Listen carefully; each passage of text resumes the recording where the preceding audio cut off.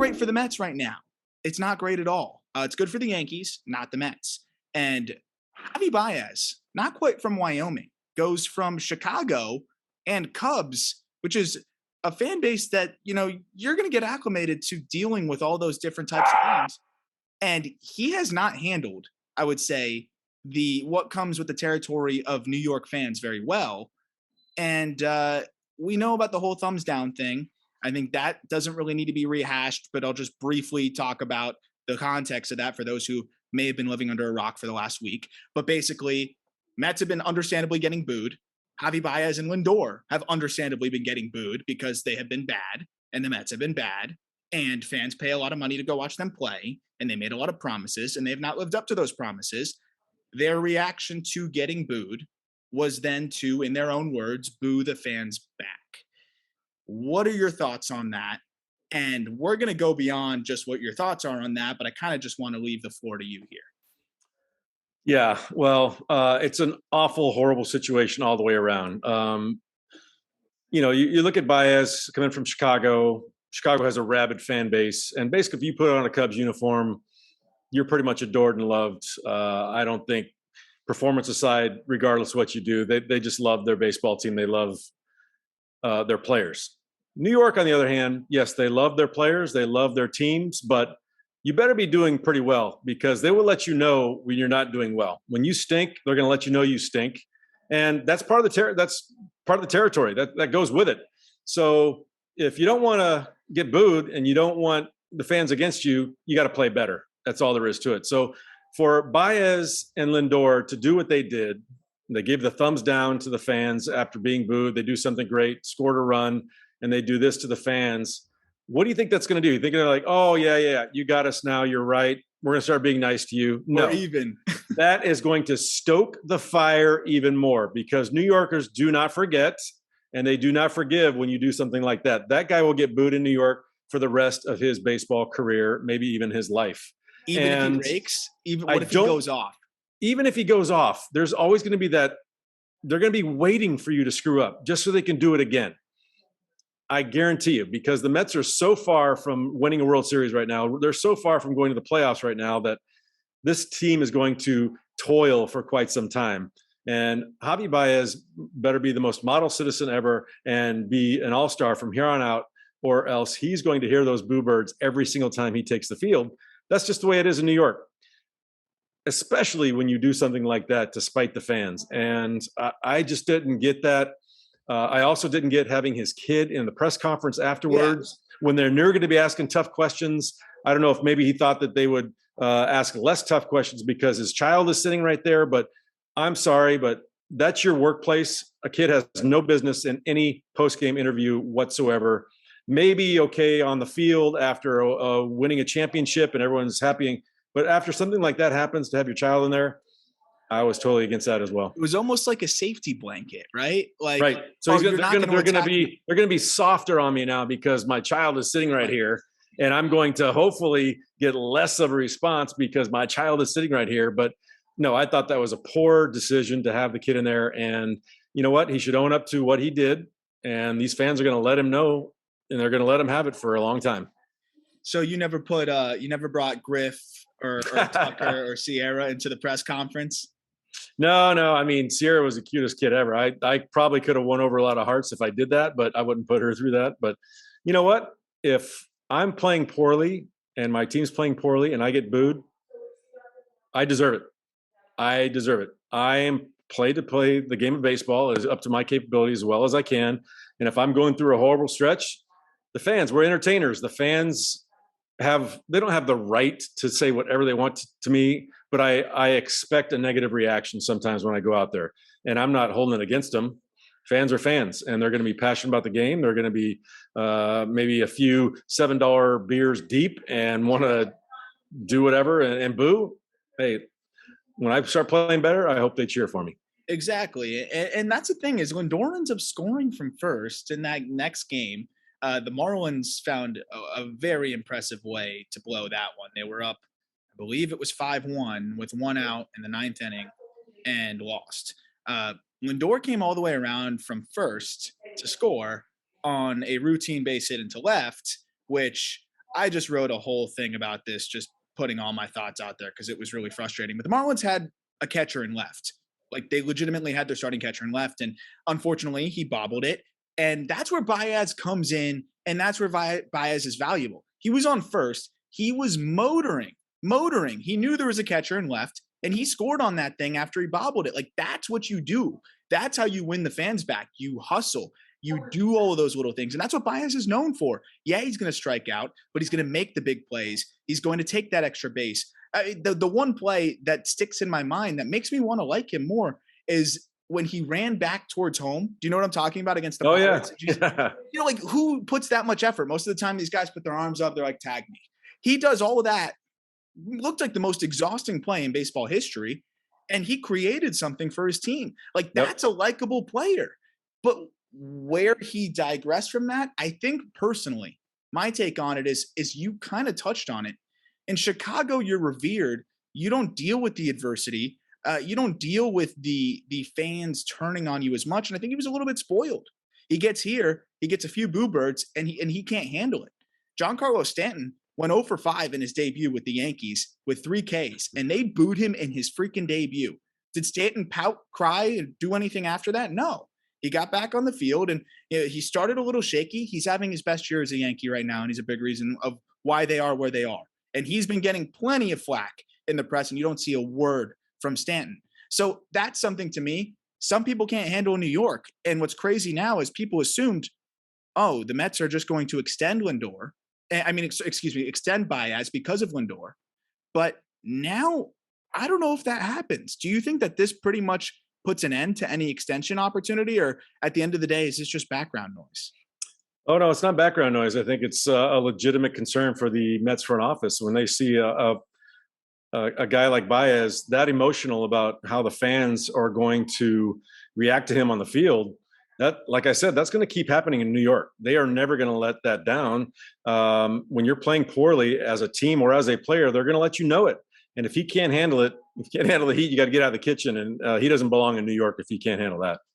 Yeah, and that's going to be interesting to see how that all affects everything. And the Mets, don't forget, they gave up their first round pick from 2020 to get this guy. And now he might be gone. They might not make the playoffs, probably won't make the playoffs. And that's pretty much, they just burned their 2020 first round pick for no reason. And that's why the Mets are where they are, one of many reasons. But for you, did you ever have a moment? It doesn't even have to be by yourself, specifically targeting Jeff Conine, but did you ever have a moment where your team or a specific group or whatever it was maybe attacked by the fans, booed, criticized, writers, whatever it may be? Did you ever have that moment or stretch of just detractors in your baseball career? Well, remember, I played in New York the last year of my career, and I was part of the most prolific collapse of all time. We had a 7-game lead with 17 games to play, and we ended up not making the playoffs that year. So yes, New York hits you at all sides. I mean, the media is on you.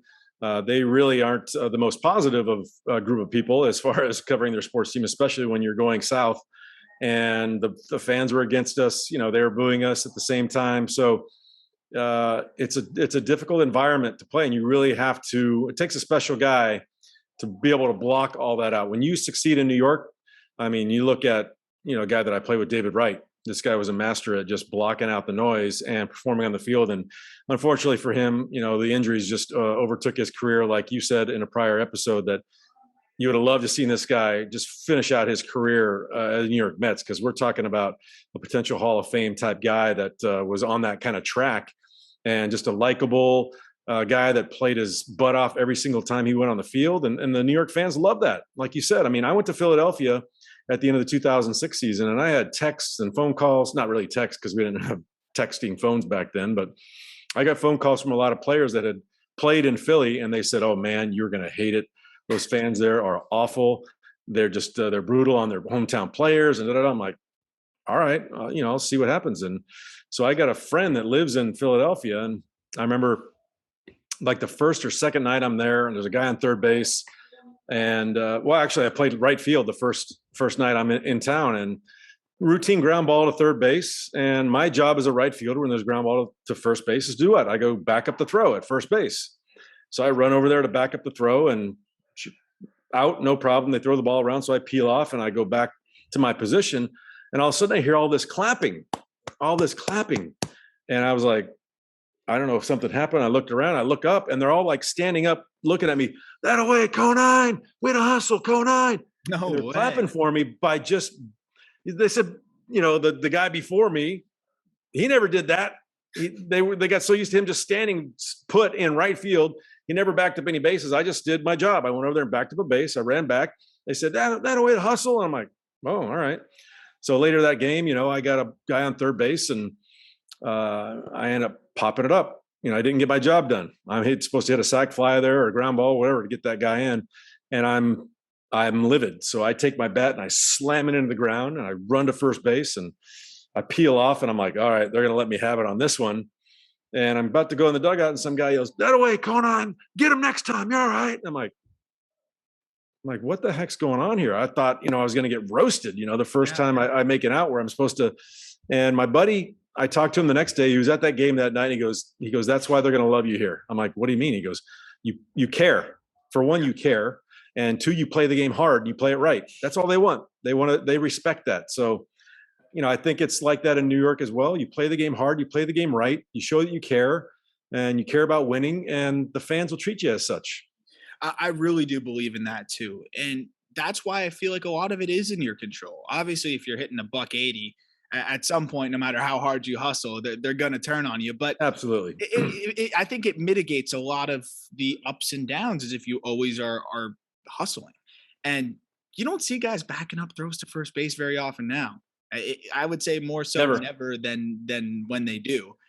Ronald Acuna is not backing up a throw to first from right field. I'm sorry, I've never once seen him do that.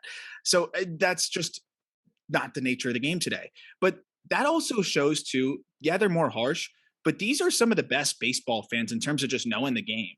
How many different places are they cheering you on for backing somebody up, or how many are even looking for that? That's the push and pull of a knowledgeable, passionate fan base. Is there's positives and there's negatives, and you experienced a fan base that could disappear, in the snap of a finger with the Marlins, but show up big time in the big moments. So it's like, what do you prefer? You prefer the empty stadium when you're struggling, or do you prefer the packed stadium of people yelling at you when you're struggling? What's better?